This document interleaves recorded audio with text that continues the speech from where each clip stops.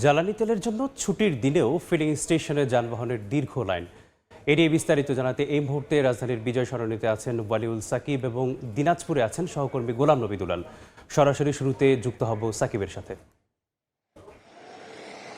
সাকিব, ছুটির দিন শুক্রবার অনেকেই ভাবেন যে পেট্রোল পাম্পে যে তেলের সংকট নিয়ে দীর্ঘদিনের যে ভোগান্তি সেটি হয়তো কিছুটা হলেও কম হতে পারে, কিন্তু আমরা প্রতি ছুটির দিনে শুক্র কিংবা শনিবার দেখতে পাচ্ছি যে ভোগান্তির চিত্রগুলো কিন্তু আরও বড় আকার ধারণ করে। বিশেষ করে এই যে আমি তেজগাঁওয়ের যে ট্রাস্ট ফিলিং স্টেশনে আছি, এখানে আমি দেখতে পাচ্ছি প্রায় 12-13 ঘন্টা কিংবা তার বেশি সময় ধরেও কিন্তু এখানে অপেক্ষা করছেন বিশেষ করে বাইকার এবং গাড়ি চালক যারা রয়েছেন তারা। তো তারা বলছেন যে রাত 12টা কিংবা 11টা কিংবা 10টা থেকে কিন্তু তারা এই ফিলিং স্টেশনে সিরিয়াল ধরে আছেন। এখন পর্যন্ত অনেকেই কিন্তু তেলের দেখা পাননি। কারণ হিসেবে তারা বলছেন যে এখানে একটি মাত্র মেশিন দিয়ে গাড়ি এবং বাইক উভয় যে যানকেই কিন্তু তেল দেওয়া হচ্ছে।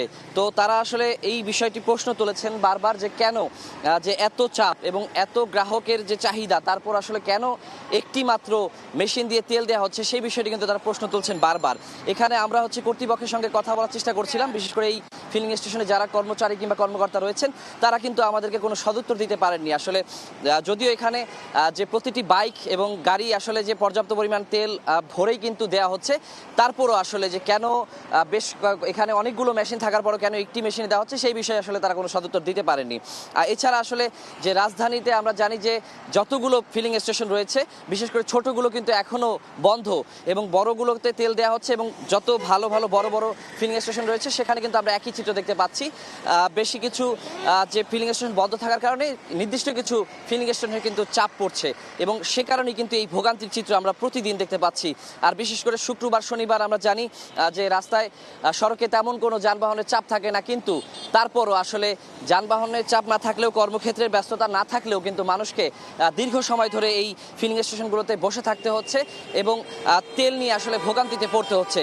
তবে এই দীর্ঘ দিন ধরে যে ভোগান্তি চলে আসছে, তেলের সংকট চলে আসছে, সরকারের পক্ষ থেকে কিন্তু বারবার বলা হচ্ছে যে কোনো ধরনের সংকট নেই এবং পর্যাপ্ত পরিমাণে তেল রয়েছে, এবং সরকার বলছে যে পরিমাণ তেল রয়েছে এবং যে পরিমাণ তেল আসছে পথে সেই অনুযায়ী কিন্তু এই এপ্রিল মাসের যে পুরো মাসটা চালিয়ে নেওয়ার মতো জ্বালানি তেল দেশে আছে বলে কিন্তু সরকারের পক্ষ থেকে বারবার আশ্বস্ত করা হচ্ছে। তো এই ছিল আমার কাছে ঢাকার এই ফিলিং স্টেশনের সবশেষ পরিস্থিতি। এই মুহূর্তে আমরা দিনাজপুরে চলে যাব, সেখানে আছেন আমাদের সহকর্মী গোলাম নবী দুলাল।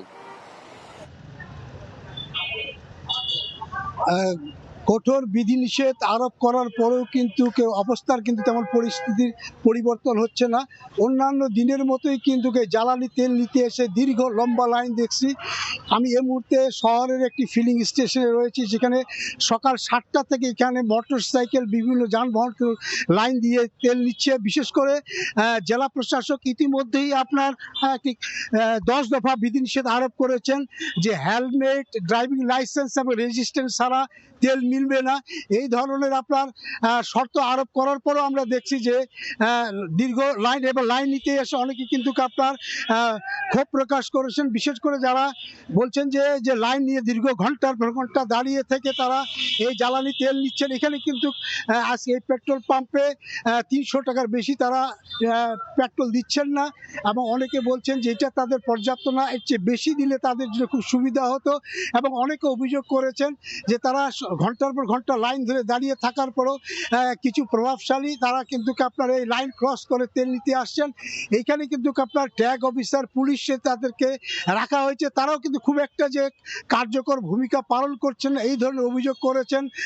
আপনার হচ্ছে পেট্রোল পাম্পের বিরুদ্ধে অভিযোগ করেছেন। আপনার মোটর সাইকেল নিতে আসা যারা তেল এখানে নিচ্ছেন, আপনাকে জানিয়ে রাখি একটা যে দিনাজপুরে কিন্তু প্রতিটি পাম্পে কিন্তু তেল দেওয়া হচ্ছে না, এবং যেসব পাম্পে তেল দেওয়া হচ্ছে সেসব পাম্পে কিন্তু আপনার এই ধরনের দীর্ঘ লাইন এবং অপেক্ষার পালা শেষ হচ্ছে না। এবং অনেকে বলছেন যে এই যে জ্বালানি তেলের যে সংকট, এই থেকে তারা কবে পরিত্রাণ পাবে তা জানছেন না, এবং এই দুর্ভোগের কারণে অনেকে যারা সরকারি কর্মকর্তা বা বিভিন্ন জায়গায় যাচ্ছেন তারা কিন্তু আরো বেশি আপনার দুর্ভোগে পড়ছেন।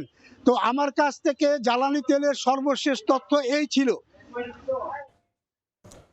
যুক্ত ছিলাম দিনাজপুর থেকে এবং শুরুতেই যুক্ত ছিলাম রাজধানীর বিজয় সরণি থেকে।